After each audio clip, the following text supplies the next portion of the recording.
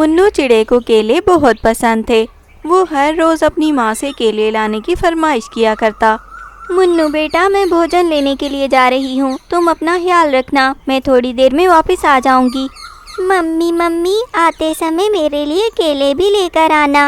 अच्छा ठीक है मुन्नू बेटा, ले आऊँगी तुम्हारे लिए केले। ऐसा कहकर शीनू चिड़िया भोजन लेने के लिए चली जाती है। ये मम्मी केले लेकर आएगी, मैं आराम से बैठकर केले खाऊंगा। चिड़िया उल्लू चाचा के पास जाती है। उल्लू चाचा की फलों की दुकान थी। उल्लू चाचा, मुझे 1 दर्जन केले तो दे दो। अरे शीनू बेटा, मेरी दुकान में तो फल खत्म हो गया है, देखो तो दुकान खाली पड़ी है, अब तो मैं घर जाने लगा था। अरे क्या उल्लू चाचा, फल खत्म हो गया? मेरे बेटे ने केलों की फरमाइश की थी। अरे वो तो ठीक है शीनू बेटा, लेकिन इस महीने मार्केट में केले तो आए ही नहीं हैं। अरे वो क्यों उल्लू चाचा, मेरे बेटे को तो केले बहुत पसंद है और जंगल में केवल आप ही की तो दुकान है फलों की। उल्लू चाचा, केले क्यों नहीं आ रहे? अरे शीनू बेटा, केलों के रेट बहुत ज्यादा हो गए हैं, इसीलिए हम नहीं लेकर आते। जब केलों का रेट थोड़ा नीचे आएगा तो हम ले आया करेंगे। ये तो बहुत बुरा हुआ उल्लू चाचा, मैं अब अपने बेटे से क्या कहूँगी? अरे शीनू बेटा, तुम्हें पता है जंगल में जो गौरी कव्वी है ना, उसका अपना केलों का पेड़ है, लेकिन गौरी कव्वी बहुत ही कंजूस है। लगता तो नहीं है कि वो किसी को केले देगी, लेकिन फिर भी तुम उससे बात करके देख लो। शीनू चिड़िया गौरी कव्वी के केलों के पेड़ के पास जाती है। गौरी कव्वी ने अपने घर के सामने ही केलों का पेड़ लगा रखा था और वो पल पल नजर रखती थी अपने पेड़ पर। जैसे ही शीनू चिड़िया पेड़ के पास पहुंचती है, गौरी कव्वी बाहर निकल आती है।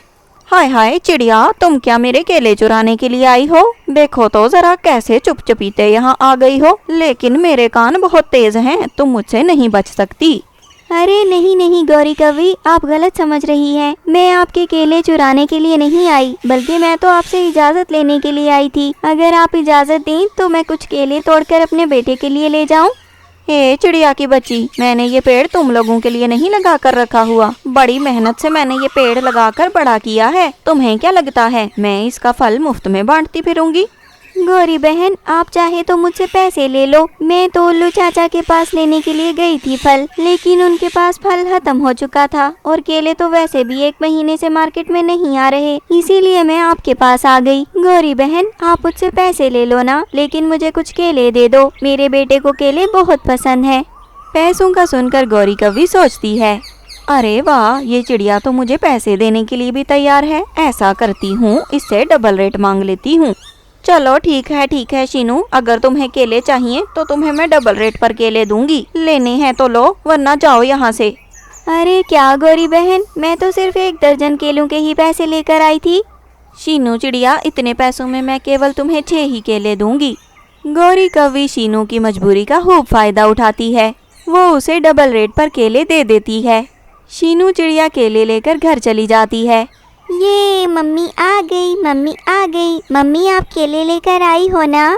हाँ मुन्नू बेटा, मैं केले तो लेकर आ गई हूँ, लेकिन तुम्हें पता नहीं है कितनी मुश्किल से मैं ये केले लेकर आई हूँ तुम्हारे लिए। अरे मम्मी, आप केवल 6 ही केले लेकर आई हो। आप तो जानती हो ना मुझे केले कितने पसंद हैं। ये केले तो मैं आज ही खा जाऊँगा। आप थोड़े ज़्यादा केले लेकर आती ना, ताकि मैं अगले 2-3 दिन केले खा लेता। अरे मुन्नू बेटा, केले बहुत मुश्किल से मिले हैं, तुम ये वाले केले खा लो ना, बाद में और ले आऊँगी। अगले दिन मुन्नू फिर से केलों की फरमाइश कर देता है। मुन्नू बेटा, मैंने एक आइडिया सोचा है। वो क्या मम्मी?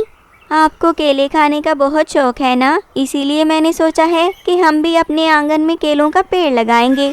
क्या मम्मी, सच में केलों का पेड़ हमारे आंगन में? चलो चलो मम्मी, हम जल्दी से पेड़ लगा लेते हैं, ताकि हम जल्दी से उसका फल खाना शुरू कर दें। अरे मुन्नू बेटा, पेड़ इतनी जल्दी फल नहीं देगा। अभी हम पेड़ लगाएंगे, उसे फल देने में बहुत समय लगेगा। ऐसा ही सोचकर शीनू चिड़िया अपने बेटे के साथ मिलकर आंगन में केले का पेड़ लगा लेती है। समय बीत रहा था, केले का पेड़ आहिस्ता आहिस्ता बड़ा होना शुरू हो जाता है। इस दौरान चीनू चिड़िया और दूसरे पक्षी गौरी कव्वी से ही केले खरीदा करते थे। गौरी कव्वी ने केलों के रेट बहुत ही ज्यादा कर दिए थे, क्योंकि जंगल में केवल एक ही पेड़ था, इसीलिए पक्षी मुंह मांगी कीमत पर केले खरीद लिया करते थे। कुछ अरसे के बाद शीनू चिड़िया का लगाया हुआ पेड़ बड़ा हो जाता है और उस पर फल भी लगने लगता है। मुन्नू ये देखकर बहुत खुश हो रहा था। मम्मी मम्मी देखो तो हमारे पेड़ पर फल लगा है। हाँ हाँ मुन्नू बेटा, मैं भी देख रही हूँ। इस फल को देखकर वाकई बहुत खुशी हो रही है। चलो चलो मम्मी, हम जल्दी से ये फल तोड़कर खाते हैं। अरे मुन्नू बेटा, अभी तो केले कच्चे हैं, जब ये पक जाएंगे तो फिर हम इन्हें उतार कर खाएंगे। मुन्नू फल को देख देख कर बहुत खुश हो रहा था।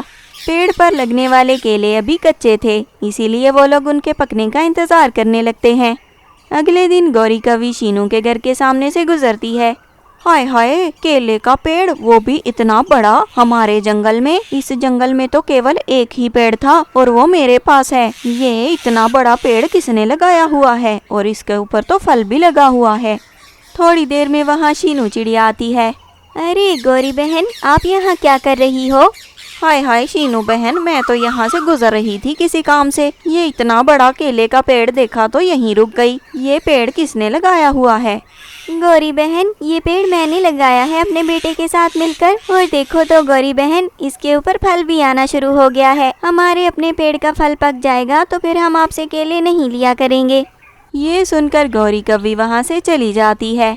हाय हाय, ये चीनू की बच्ची तो मेरा कारोबार बंद करवाएगी। इस केले के पेड़ की वजह से तो मेरी बहुत कमाई हो रही थी। अब अगर जंगल में एक और केले का पेड़ हो जाएगा तो पक्षी मेरे पास नहीं आया करेंगे। कुछ न कुछ बंदोबस्त तो करना ही पड़ेगा।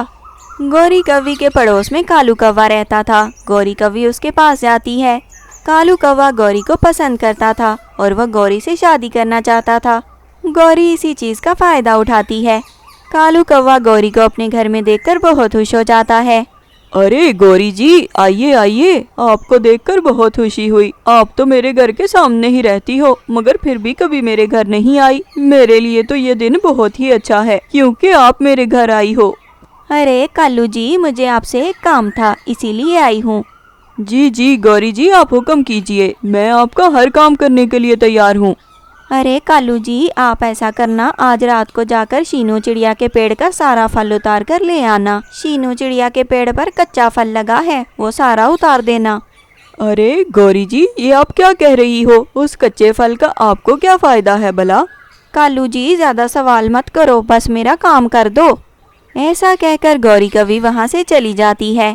कालू कौवा जरा बेवकूफ सा था, इसीलिए वो सोचता है, अरे मैंने तो कल ही देखा था, शीनू चिड़िया के पेड़ पर तो बहुत सारा फल लगा है। इतने सारे कच्चे केले उतार कर मैं कैसे लेकर आऊंगा? मैं ऐसा करता हूँ, बंटी भैया की मदद ले लेता हूँ।